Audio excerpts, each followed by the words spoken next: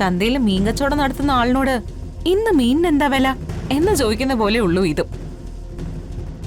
മനസ്സിലായില്ല സർ, ഈ കല്യാണിയുടെ അച്ഛൻ 2 പേരെ കൊന്നിട്ട് ജയിലിൽ പോയ ആളാ. എന്നാൽ LLMന് ഫസ്റ്റ് റാങ്ക് ആയിരുന്നു. ഞാൻ അദ്ദേഹത്തെ ഈ ക്ലാസ്സിലേക്ക് സ്വാഗതം ചെയ്യാം. പ്ലീസ്.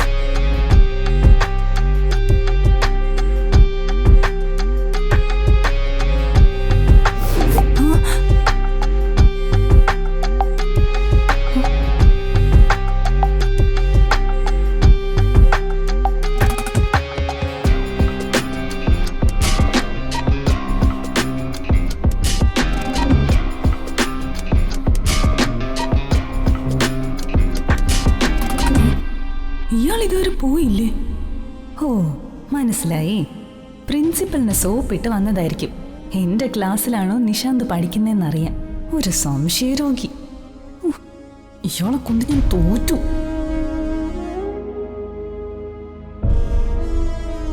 മഹി, ഏത് മഹി?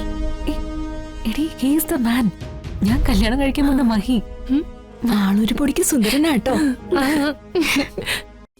പക്ഷേ ആളെന്താ ഇവിടെ? നിന്നെ കാണാനുള്ള കൊതി കൊണ്ട് വന്നതായിരിക്കും.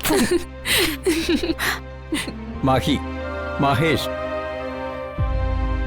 ഞാനൊരു കാര്യം പറയാൻ വിട്ടുപോയി. മഹി നല്ലൊരു പാട്ടുകാരൻ കൂടിയാണ്. ഹായ്. മഹിയുടെ സർട്ടിഫിക്കറ്റും മാർക്ക് ലിസ്റ്റുകളും പരിശോധിച്ചപ്പോഴാണ് ഞാൻ ശരിക്കും ഞെട്ടിയത്. ടോട്ടൽ മാർക്കിൽ നിന്ന് 3-4 മാർക്കിന്റെ കുറവ് മാത്രമേ ഉള്ളൂ. ഇയാൾക്ക് റാങ്കോ? നിങ്ങൾക്ക് പഠനത്തിൽ മാതൃകയാക്കാൻ പറ്റുന്ന മഹി ഇനിയുള്ള കുറച്ചുനാൾ ഗസ്റ്റ് ലെക്ചറായി ഇദ്ദേഹം നിങ്ങൾക്ക് ക്ലാസ് എടുക്കും.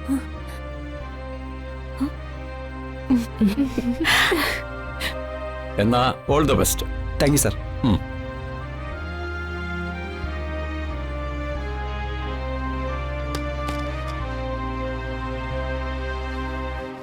Good morning sir. Good morning sir. Good morning sir. Good morning. Please sit down.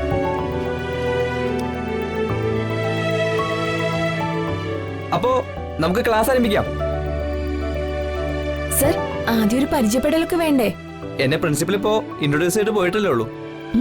ആള് കൊള്ളാലോ. പൊടി. നിങ്ങളൊക്കെ ഞാൻ പഠിപ്പിക്കുന്നതിനിടയിൽ പരിചയപ്പെട്ടോളാം. Okay sir.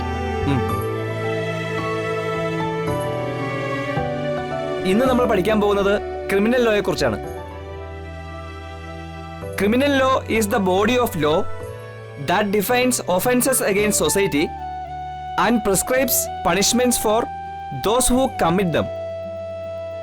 അതായത് സമൂഹത്തിന് ഹാനികരമോ അപകടകരമോ ആയ പെരുമാറ്റങ്ങളെയും കുറ്റകൃത്യങ്ങളെയും തടയുന്നതിനും അത്തരം കുറ്റങ്ങൾ ചെയ്യുന്നവർക്ക് ശിക്ഷ ഉറപ്പാക്കുന്നതിനും വേണ്ടി തയ്യാറാക്കിയിട്ടുള്ള നിയമ സംവിധാനത്തെയാണ് ക്രിമിനൽ നിയമം എന്ന് പറയുന്നത്.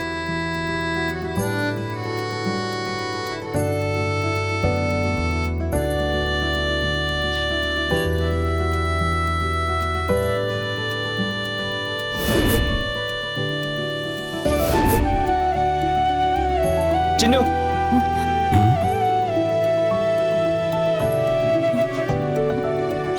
സോറി, കല്യാണി മുൻസീറ്റിൽ വന്നിരിക്കേ.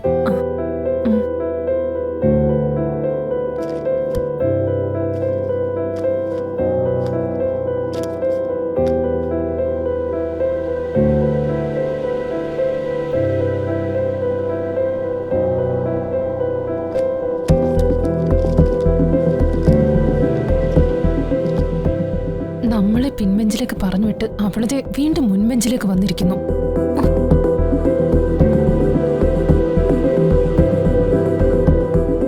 Next topic, rights of prisoners. തടവുകാരുടെ അവകാശങ്ങൾ എന്തൊക്കെയാണ് എന്നുള്ളത് ഫസ്റ്റ് സെമസ്റ്ററിലെ ഒരു പ്രധാനപ്പെട്ട ചോദ്യമാണിത്.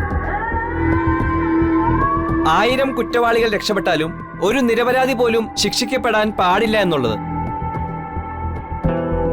തടവുകാരനായി ജയിലിൽ കഴിയുന്ന ഓരോ കുറ്റവാളികളുടെയും അവകാശങ്ങളെക്കുറിച്ചും നിയമ വിദ്യാർത്ഥികളായ നിങ്ങളെല്ലാവരും മനസ്സിലാക്കണം. ഒരു തടവുകാരന്റെ അവകാശങ്ങളെക്കുറിച്ച് ആർക്ക് പറയാൻ പറ്റും?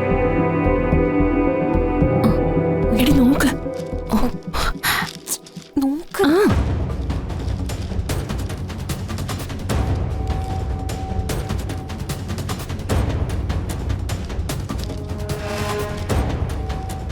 സർ, ഞാൻ പറയാം. ശ്ശേ.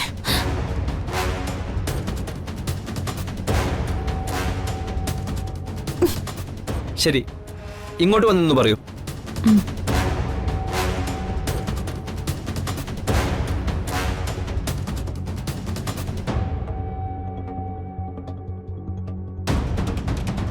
ഭരണഘടനയുടെ റൈറ്റ് ടു ലൈഫ് എടുക്കുമ്പോൾ ഒരു തടവുകാരന് ആർട്ടിക്കിൾ 14 പ്രകാരം തുല്യതയും ആർട്ടിക്കിൾ 19 പ്രകാരം അഭിപ്രായ സ്വാതന്ത്ര്യവും ആർട്ടിക്കിൾ 21 പ്രകാരം വ്യക്തി സ്വാതന്ത്ര്യവും അനുവദിക്കുന്നു.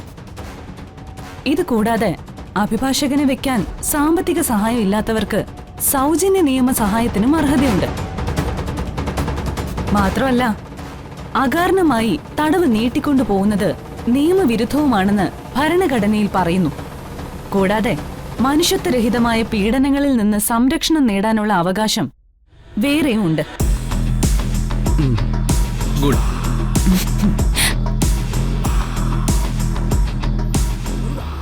ഞാനൊരു ചോദ്യം ചോദിച്ചപ്പോൾ എല്ലാവരും പുസ്തകവും മൊബൈലൊക്കെ നോക്കിയിരുന്നു. പക്ഷേ കല്യാണി അതൊന്നും നോക്കാതെ വ്യക്തമായിട്ട് മറുപടി തന്നു. വക്കീൽ പരീക്ഷ പാസ്സായി കോടതിയിലേക്ക് വാദിക്കാനായി പോകുമ്പോൾ ഇതുപോലെ സെക്ഷനുകളും വകുപ്പുകളും പറഞ്ഞു വാദിക്കാൻ നിങ്ങൾക്ക് എല്ലാവർക്കും കഴിയണം.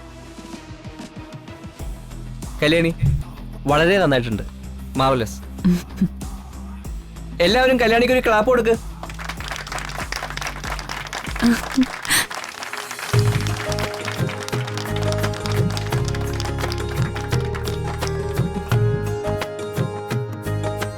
ഇത്രയും വലിയ കൈയടിക്കുള്ള കാര്യമൊന്നുമില്ല സർ.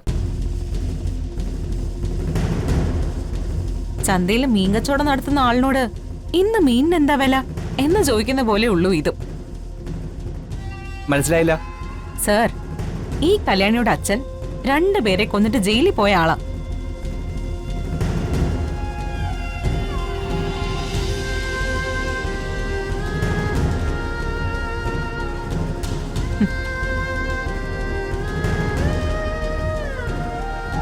കൊലയാളിയുടെ മോളോട് ജയിലിലെ നിയമങ്ങളും വകുപ്പുകളും ഒക്കെ ചോദിച്ചാ അത് പച്ചവെള്ളം പോലെ ഇവക്കൊക്കെ പറയാം. അതൊന്നും ആന കാര്യമൊന്നും അല്ല സർ. ഇതിനെയൊക്കെ മാതൃകയാക്കാൻ തുടങ്ങിയ നമ്മളും ഇങ്ങനെയൊക്കെ ആവും. കല്യാണി, ഈ കേട്ടതൊക്കെ ശരിയാണോ? കല്യാണിയുടെ അച്ഛൻ ജയിലിലാണോ?